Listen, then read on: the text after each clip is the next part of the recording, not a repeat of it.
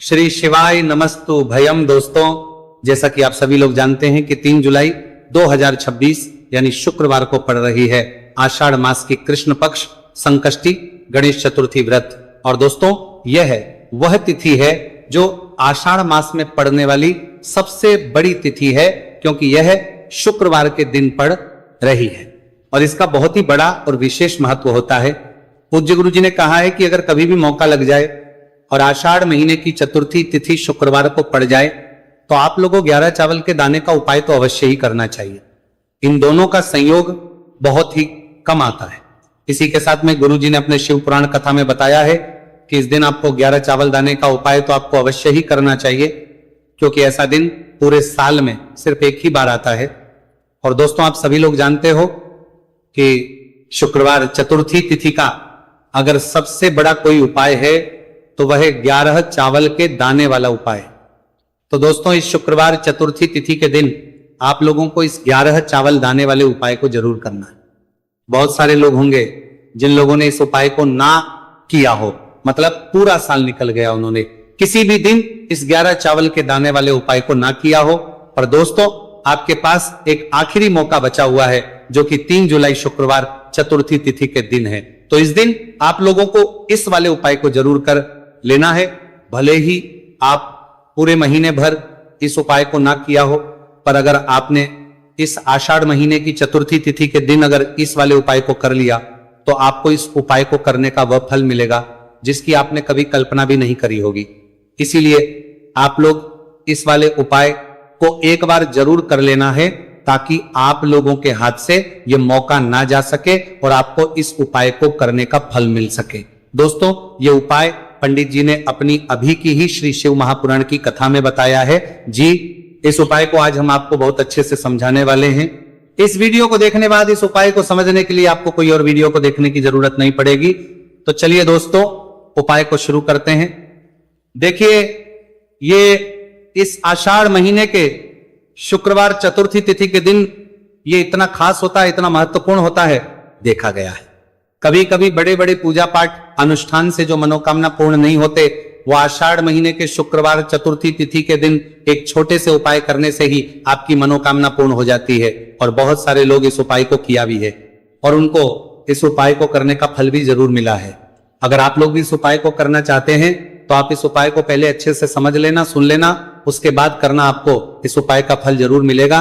और इस उपाय को कर लेने से आपके घर में चाहे किसी भी प्रकार कि दुहक और समस्या क्यों ना चल रही हो, आपको उसका कारण भी नहीं पता है कि भाई ये समस्या किसका कारण से चल रही है, उसका भी कुछ कारण हो सकता है, जैसे पितृदोष हो सकता है या किसी भी तरह का मंगल दोष भी हो सकता है। तो इस दिन आप लोगों को ये वाला उपाय कर देगा कि आर बार बनतारा लेना है।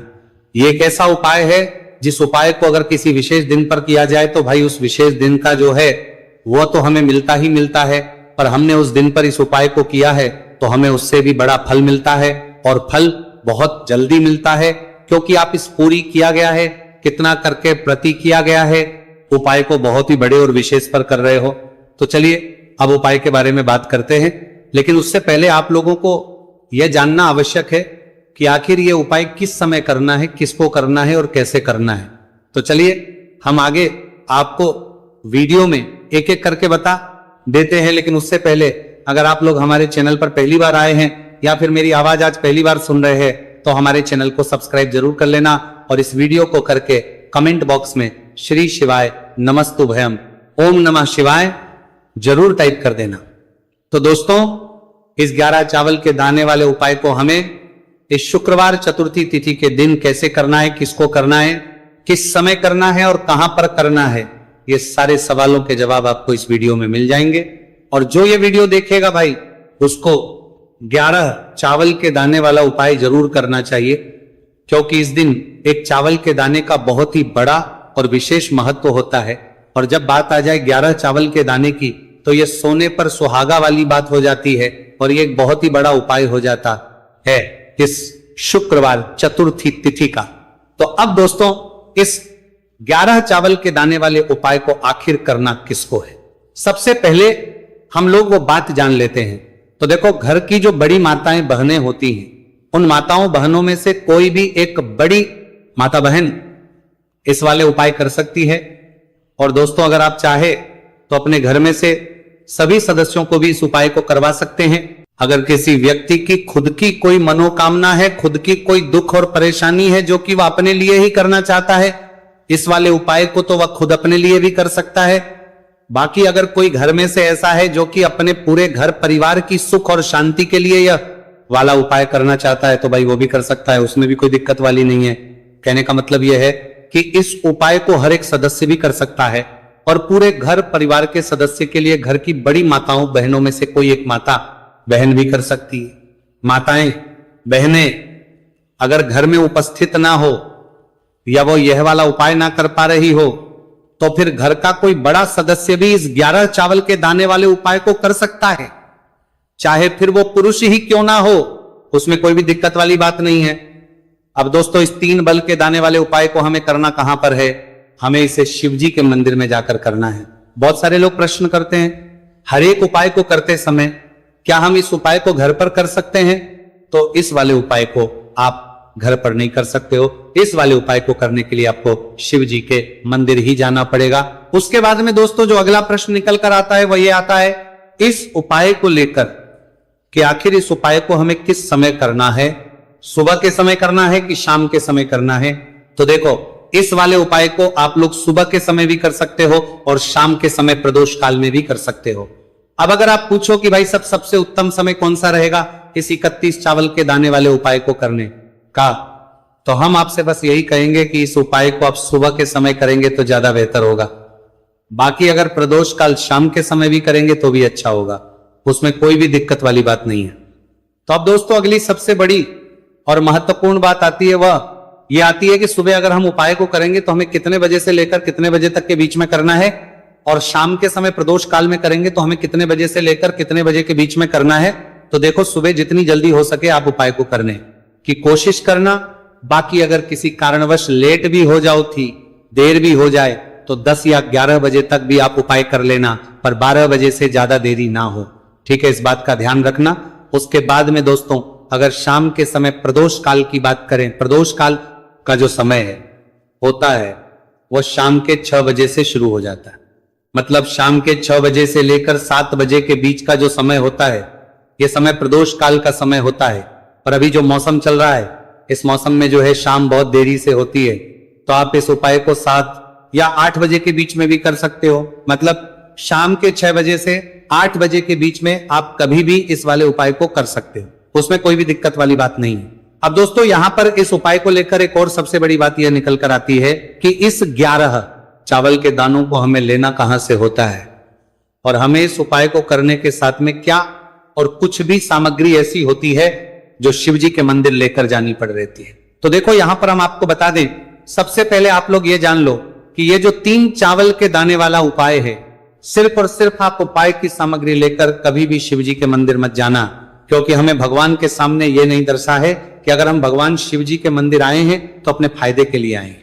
तो इसलिए जो भी पूजन सामग्री है, उपाय सामग्री है 11 चावल के दाने, इसके साथ में आपको पूजन सामग्री भी जरूर लेकर जाना है। देखो अगर सुबह के समय उपाय कर रहे हो तो सीधी सी बात है 1 लोटा जल तो आप लेकर जाओगे ही जाओगे। वही 1 लोटा जल अगर मिट्टी का जल हो तो बहुत अच्छा रहेगा। मिट्टी का जल कैसे बना आता है इसके लिए हमने पहले से बहुत सारी वीडियोस बना दी है आपके पास। इस दिन एक आखिरी मौका रहेगा मिट्टी का जल शिवजी पर चढ़ने का और उपाय को करने का, बहुत बड़ा आपको इस दिन फल मिलेगा। तो इसीलिए इस दिन हो सके तो भाई मिट्टी का जल चढ़ाना तो अपने साथ में कम से कम 1 लोटा जल तो आपको लेकर जाना ही जाना है। अगर मिट्टी का जल नहीं है तो घर का जल भी आप इस्तेमाल कर सकते हो। इसके अलावा जो भी पूजन सामग्री है, देखो 11 के दाने ये अलग आपके रहेंगे और जो आपकी पूजन सामग्री रहेगी वो अलग रहेगी। पूजन सामग्री में आप जो भी चीज लेकर जाना चाहे वो लेकर जा सकते हैं। एक बेलपत्र भी लेकर जा सकते हैं, उसमें कोई भी दिक्कत वाली बात नहीं है। वहीं अगर हम बात करें शाम के समय की, तो शाम के समय शिवजी पर जल नहीं चढ़ता है, इसीलिए शाम के समय आप लोग एक दीपक तैयार कर ले जो कि गोल तीखा आटे का, शुद्ध देसी गाय का घी का होगा, है ना। इस बात का आप लोगों को ध्यान करना है और इस दीपक को आपको घर से जलाकर नहीं लेकर जाना है, भगवान शिवजी के मंदिर में जाकर ही जलाना है। इस बात का भी आप लोगों को ध्यान रखना है। अब दोस्तों यहां पर हमें इस बात को समझना है कि ये 11 चावल के दाने हमें लेना कहां से है। क्या हमें दुकान से लेकर आना है या हमें अपने घर से लेना है या कहां से? लेकर आना है और कौन से चावल लेना है, क्योंकि चावल भी बहुत प्रकार के होते हैं। तो देखो, इन सभी सवालों के जवाब आप लोग एक बात में सुन लो कि भाई जो उपाय है, इस उपाय में आपको ये नहीं देखना है कि भाई कौन से चावल है, कौन से चावल नहीं है। बस जो भी चावल ले रहे हो वो चावल का दाना साबुत होना चाहिए, मतलब साबुत होना चाहिए, टूटा हुआ नहीं होना चाहिए, कटा पीटा नहीं होना चाहिए। ये बात आपको ध्यान रखना है। बाकी आपका चावल बासमती हो या सादा चावल हो या कोई सा भी चावल हो, उसमें कोई भी दिक्कत वाली बात नहीं है। तो सीधी सी बात है कि आपके घर के रसोई घर में जहां पर आप बनाते हो, वहां पर जो भी चावल आपके उपस्थित हो, उन चावलों में से अपनी एक कटोरी भर लेना या एक मुट्ठी चावल अलग से निकाल कर रख लेना, क्योंकि हम 11 चावल यहां पर इस उपाय में लेने वाले हैं। तो हमें ये चावल के दाने गिनकर निकालने पड़ेंगे, इस बात का आप लोगों को ध्यान रखना है। तो अपने उस चावल की कटोरी में से या चावल में से 11 ऐसे चावल के दाने आप लोग निकाल लो जो कि टूटे हुए ना हो, कटे पीटे ना हो, कोई दाग ना लगा हुआ हो, है ना। अच्छे साबुत चावल के दाने 31 दाने आप लोग निकाल कर रख लो और इन्हें किसी भी एक कागज की पड़िया में या किसी एक छोटी सी कटोरी में आप लोग रख लो, ताकि ये सुरक्षित रहे, आपके एक भी चावल का दाना इधर उधर ना हो और आपका उपाय भी पूरा अच्छे से हो जाए। तो भाई जैसे ही आपका उपाय की जो सामग्री है, 11 चावल के दाने ये तैयार हो जाते हैं, उसके बाद में आपको जो भी अपनी पूजन सामग्री है सुबह समय कर रहे हो, तो 1 लोटा जल और 1 बेलपत्र या पूजन सामग्री जो लेकर जाना चाहो उसकी भी तैयारी कर लेना। और शाम के समय जा रहे हो तो भाई अपना जो दीपक है उसे तैयार कर लेना, ठीक है। और उपाय को करते समय शुद्धता का विशेष रूप से ध्यान रखना, ठीक है। सुबह सुबह स्नान करने के बाद ही उपाय को करने की आप लोग तैयारी करना। उसके बाद अगर शाम के समय की बात करें तो शाम के समय आपको स्नान करने की जरूरत नहीं है, पर शुद्धता ध्यान रखना है। आपको स्नान तो नहीं करेंगे, आप हाथ मुंह धोकर भी इस वाले उपाय को शाम के समय प्रदोष काल में कर सकते हैं, इसमें कोई दिक्कत वाली बात नहीं है। तो आप अपने उपाय की पूरी सामग्री तैयार करके आपके पास ही में जो आपका शिव मंदिर हो वहां पर पहुंच जाइए। सबसे पहले शिव मंदिर में जाकर आप लोगों को उपाय नहीं करना है, पहले भगवान के दर्शन करना है, भगवान से आशीर्वाद प्राप्त करना है, फिर शिव जी की शिवलिंग के पास में आना है। शिवलिंग के पास में आने के बाद जो पूजन सामग्री लेकर आए हुए हैं, जैसे कि सुबह गए हुए होंगे तो 1 लोटा जल और जो भी पूजन सामग्री लेकर आए हैं, आप उनसे भगवान शिव जी की पूजन कीजिए। सबसे पहले तो 1 लोटा जल ही चढ़ेगा, फिर आपको एक बेलपत्र श्री शिवाय नमस्तु भयम का जाप करते हुए शिवलिंग पर चढ़ा देना है। उसके बाद में आपकी पूजन सामग्री चढ़ेगी। उसके बाद में अगर दोस्तों शाम के समय अगर आप इस उपाय को कर रहे हो तो अपने साथ कम से कम एक जो दीपक है गोल बाती का जो आप अपने साथ में लेकर गए हो, उस दीपक को मंदिर में जाकर अपनी माचिस से जलाना है और उस दीपक को शिवलिंग के पास में रखना है, ठीक है। इस दीपक को रखने के बाद ही आप लोगों को अपना ये वाला उपाय शुरू करना है और दीपक को ज्यादा पास में मत रखना, वैसे भी गर्मी पड़ रही है, भगवान शिव जी को आंच नहीं लगनी चाहिए, है ना। तो भाई जैसे ही आपकी पूजा अर्चना हो जाती है, आप भगवान शिव जी को प्रसन्न कर लेते हैं। उसके बाद शिवलिंग के पास ही में आप कहीं पर बैठ जाइए, सामने या आसपास जिस जगह पर आपको बैठना हो वहां पर बैठ जाइए और अपने वो 11 चावल के दाने अपने सामने निकाल कर रख लीजिए, क्योंकि अब यहां पर उपाय को यहां पर करने की आपको तैयारी करना है। और इस तरीके से जब आप उपाय करेंगे, पूजन सामग्री करने के बाद, पूजन अर्चना करने के बाद, तो आपको उपाय का फल बहुत जल्दी और बहुत होकर मिलेगा। तो अपने चावल के अपने सामने निकाल कर रख लेना।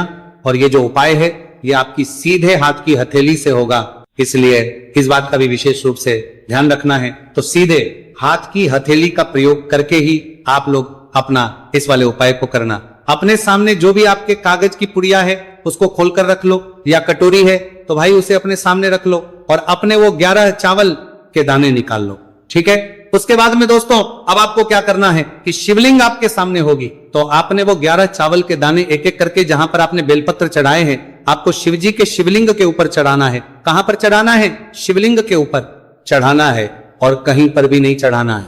आपको अपने हथेली से तो शिवलिंग के ऊपर चढ़ाना है, भले ही फिर वो अपने आप जलाधारी पर गिर जाए, ये मतलब वहीं पर गिर जाए, उसमें कोई दिक्कत वाली बात नहीं है, पर आप चढ़ाओ शिवलिंग के ऊपर। तो आपको क्या करना है? अपना पहला चावल का दाना उठाना है, श्री शिवाय नमस्तु भयम बोलना है और शिवलिंग पर चढ़ देना है। इसी तरीके दूसरा चावल का दाना उठा है, शिवलिंग पर चढ़ना है और मंत्र बोल देना है। और फिर तीसरा चावल का दाना उठाना है, श्री शिवाय नमस्तु भयम बोलना है और चढ़ देना है। इसी प्रकार से आपको पूरे 11 चावल के दाने एक एक करके शिव जी के शिवलिंग के ऊपर चढ़ाना है और भगवान से प्रार्थना करते जाना है। मतलब प्रार्थना तो आपको आखिरी में करना है, पर हर एक चावल के दाने को चढ़ाते समय श्री शिवाय नमस्तुभयम जरूर बोलना है। उसके ही में ये चावल का दाना शिवलिंग के ऊपर आपको चढ़ाना है। जैसे ही आपके 11 चावल के दाने शिवलिंग के ऊपर चढ़ते हैं तो भाई उसके बाद में आपको क्या करना है, भगवान से अपनी मनोकामना बोलना है। मनोकामना भी कब बोलना है, जब आपका 11 चावल का दाना आपके सीधे हाथ की हथेली में हो और आप उसे चढ़ाने के लिए जा रहे हो। श्री शिवाय नमस्तुभयम बोलकर उस आखिरी चावल के दाने को शिवलिंग के ऊपर चढ़ा देना। भगवान से फिर अपनी वह मनोकामना बोल देना जिस मनोकामना के लिए आप लोग अपना ये वाला उपाय कर रहे हो, जिस भी दुहक और परेशानी के लिए आप लोग अपना ये वाला उपाय कर रहे हो। उसके बाद में जैसे ही आप अपनी मनोकामना बोल देते हो, आपका ये वाला उपाय पूरा हो जाता है। पर दोस्तों, उपाय को करने के बाद आप लोगों को 2 मिनट भगवान शिव जी के मंत्र का जाप जरूर करना है और मंत्र का जाप करने के बाद भगवान से एक और बार करना है अपनी मनोकामना के लिए या अपनी जो भी दुख और परेशानी है उसके लिए।